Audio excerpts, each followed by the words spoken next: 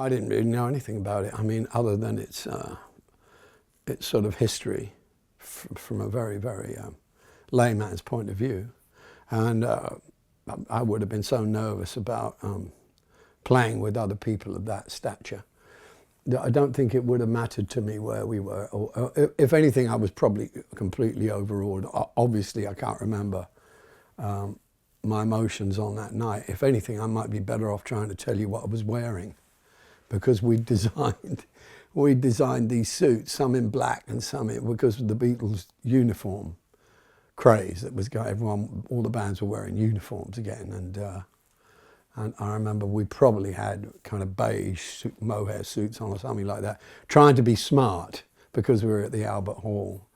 But musically, or the impression of the place would be difficult to describe, because it's always black out there. Actually, the Albert Hall is probably the only venue that isn't like that. We could start off by saying that's why I like it there, because you can see your friends in the second row of the stalls, and there's a very familiar living room quality to it. But I don't remember very much about that gig, to be honest.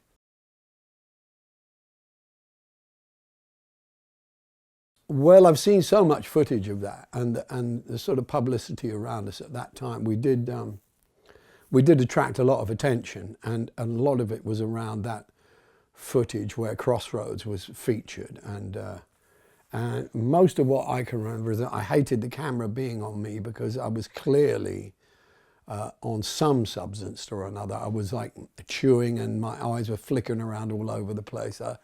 And it wasn't unusual, I have to say, for us to be experimenting in something or other. So I thought the music was crap, to be honest, and which is why eventually the band dissolved. But my kids are listening to White Room and stuff like that now, and I'm thinking, man, this is pretty good stuff, So that is obviously an iconic gig.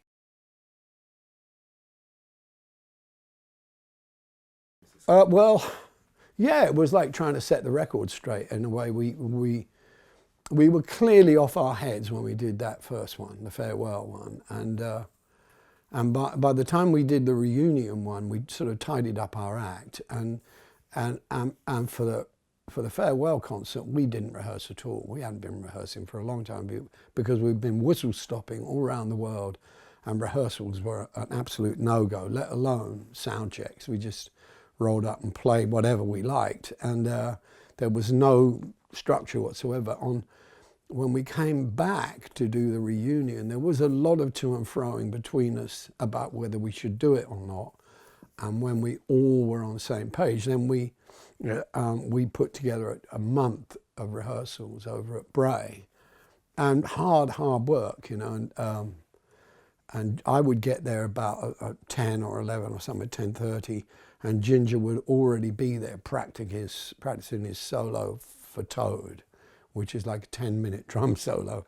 And so he was trying to get fit by playing drums maybe 2 hours before we got there.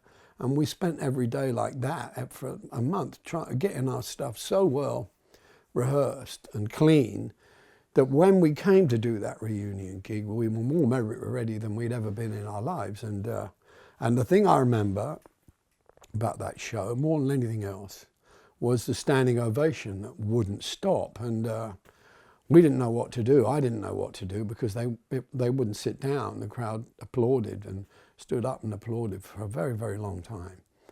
And then we went into our act, and it was the best thing we'd ever done. It was there was always an air of tension with Jack and Ginger, but for that night it seemed to be gone. It seemed to go away, and that was, that was the best, for me, the best Cream gig of all, and it had to be, of course, in the Albert Hall. The reviews were incredible for that as well. So that's a career highlight for you.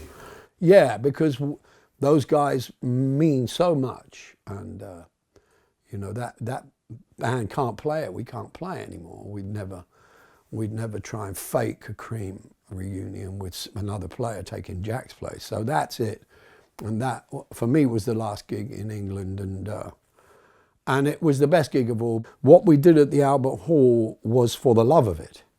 It wasn't about money. It was to try and restore something that we had thought we had lost. And, you know, I'd looked around, they'd all looked around. We'd been playing in different outfits, and I thought just have to pay respect to these guys. That when I look back and I think how great these two players were individually and as a unit with me. I mean, what we brought when we came together was unique. And I had been very, very blasé about that. I thought, oh well, you can get that anywhere, and not, of course, it wasn't true. So that was why we worked so hard to get it right for that night, and I think that was it, to say goodbye again, but in a way that we could all remember with you know, good emotion.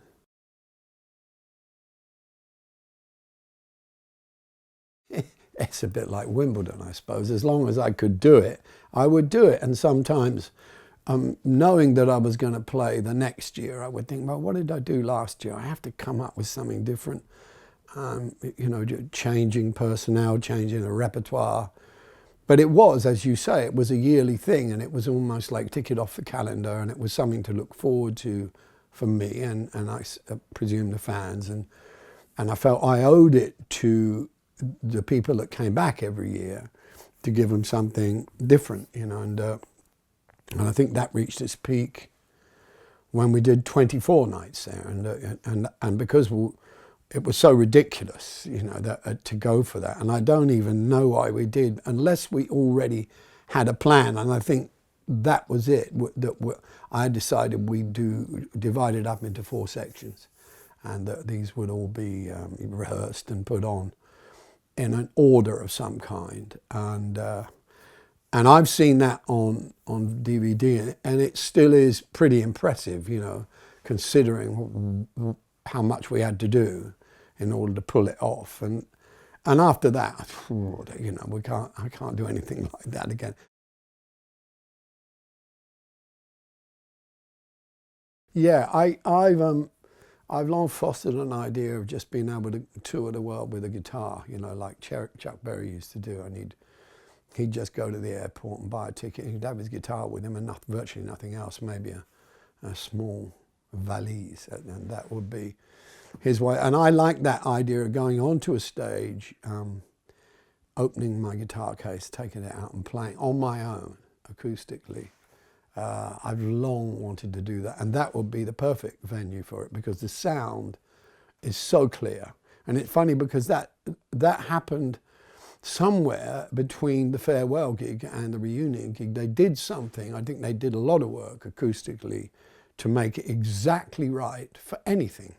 So you can have large orchestras in there, or small, you know, focused down to one solo player, or a rock band, quiet rock band, loud rock band, doesn't seem to matter.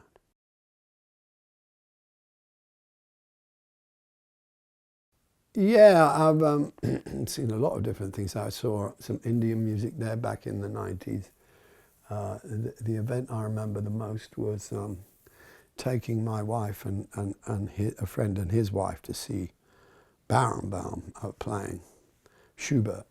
And I worship Barenbaum. You know, I think he's the greatest thing on earth in terms of music. He encompasses everything I admire about music and how it works and how to present it in the best fashion possible. And I couldn't control myself. And I don't know how you behave.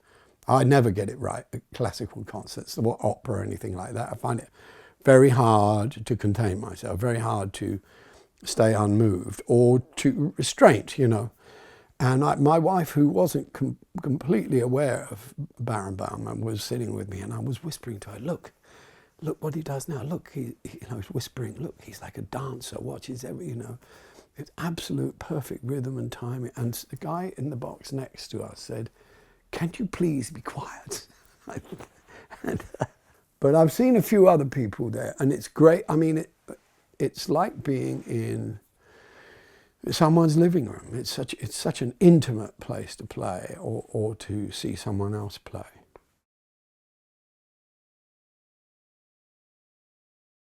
Yeah, I know all the back staff, you know, all backstage people, and I know exactly what you do. I know where the dressing rooms are. I know where the hospitality room is. I know where the bar is. I know it's like a maze back there, and I know my way around and how to be invisible, which is what I like to be. Nip in there, and then go and sit in my dressing room. And the dressing room I've got is right by the stage. And if I'm keen to hear the opening band, we had Gary Clark, I think, a while ago, and Doyle Bramhall. I sit in that dressing room and I can hear the sound perfectly, which says a lot about what that place, because the wood absorbs and moves the music really fluidly through the whole building. So you can be anywhere actually in the building and get a good mix. It's extraordinary. As you know, in a sports arena in America, you close the door and it's gone. Whereas in the Albert Hall, you can be anywhere in backstage and you'll hear everything perfectly.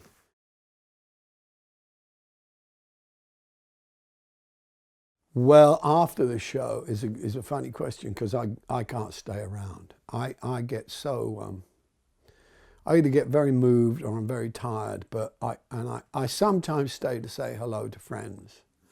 But there generally is, for me, I don't generally conduct a party or anything like that. It's very unusual for me to go back. I mean, I think I did it once when we were performing something, and it might have been the Creamy Union thing. I'm not sure where I went. We had a party.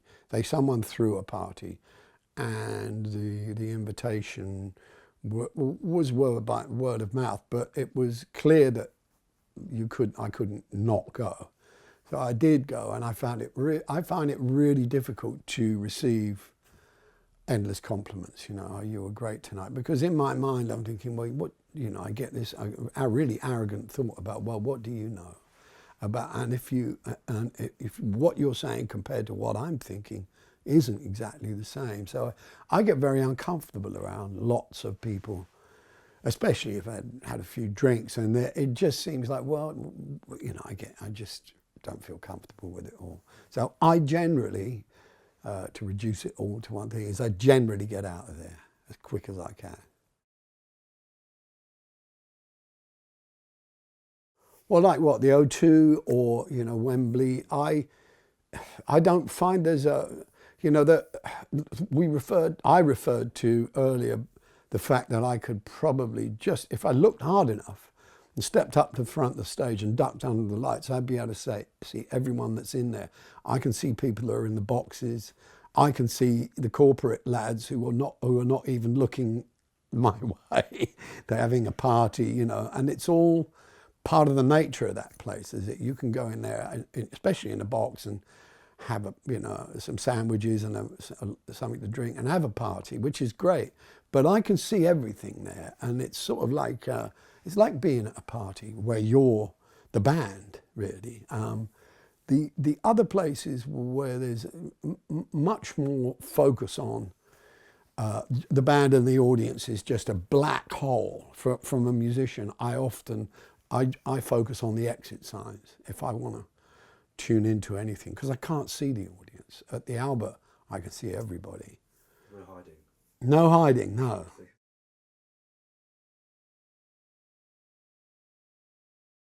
As well as the sound, because a lot of the other places that you could play in London don't have that. They don't have a friendly sound at all. So I can play loud or quiet, and quiet is even better at the Albert Hall, because it's built for that kind of tonality.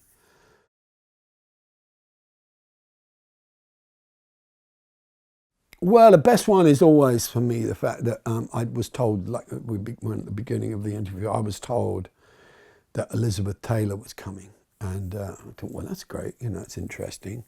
And this was when she was hanging out with Michael Jackson, and she was in a very kind of diva kind of state of mind, and they said, would you like to meet her? And I said, well, sure, of course. And I assumed that, you know, we'd be brought to the green room or somewhere like that, and we'd have a glass of water together or something. Instead, this guy came back and got me from my dressing room and said, she's ready to see you now. And I said, okay. where are we going? He said, just follow me. And we went to another dressing room, and she was in there, and there were all these things in there that were her favourite things, like the flowers were all her favourite flowers. The dressing room had been painted her favourite colour, which I think was lilac. And all of this to prepare for her coming. And I was visiting Elizabeth Taylor in her dressing room. At my own show. I thought that's the funniest thing I've ever experienced, let alone at the Albert Hall. But of course, it's the kind of place where you can get away with that, and there's a humour to it that belongs to the building. You know. Me, I suppose. You know, I don't really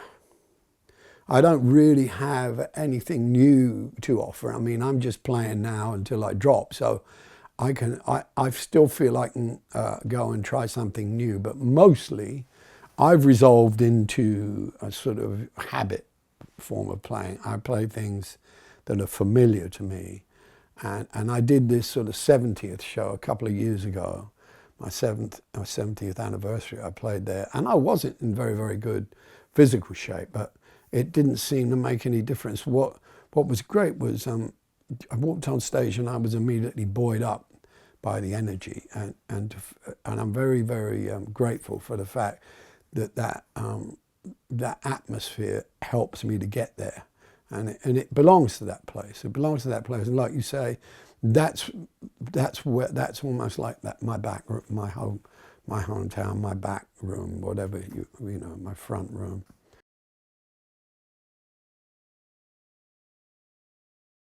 Well, I thought that the 24 nights was one of the greatest things ever, especially the blues. We played a blues section where there was Albert King, Buddy Guy, Jimmy Vaughan, the guy that played with Chuck Berry. I can't remember his name right now, but and Joe Pompanelli on bass. It was, and even Greg Fillingane's playing blues organ. It was just the best thing I'd ever experienced. And that whole sort of presentation, we were playing blues in the evening and rehearsing with the orchestra in the afternoon. It was just crazy, but the music that came out of it was fantastic. And of course, the other one was the Cream Union. And every show I play there has something special about it. Often it depends on the players, you know, and I play usually with Stephen Gadd and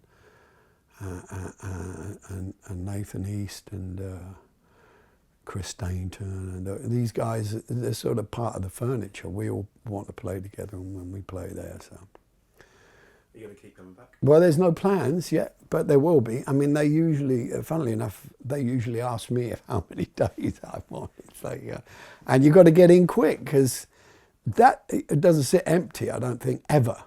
I mean, everyone wants to do something there, tennis or show jumping or all of the great memorial things. I love to watch that stuff when they do, you know, military anniversaries or the Queen's birthday or some kind of jubilee thing. And it just holds everything, that place. It can hold anything and everything.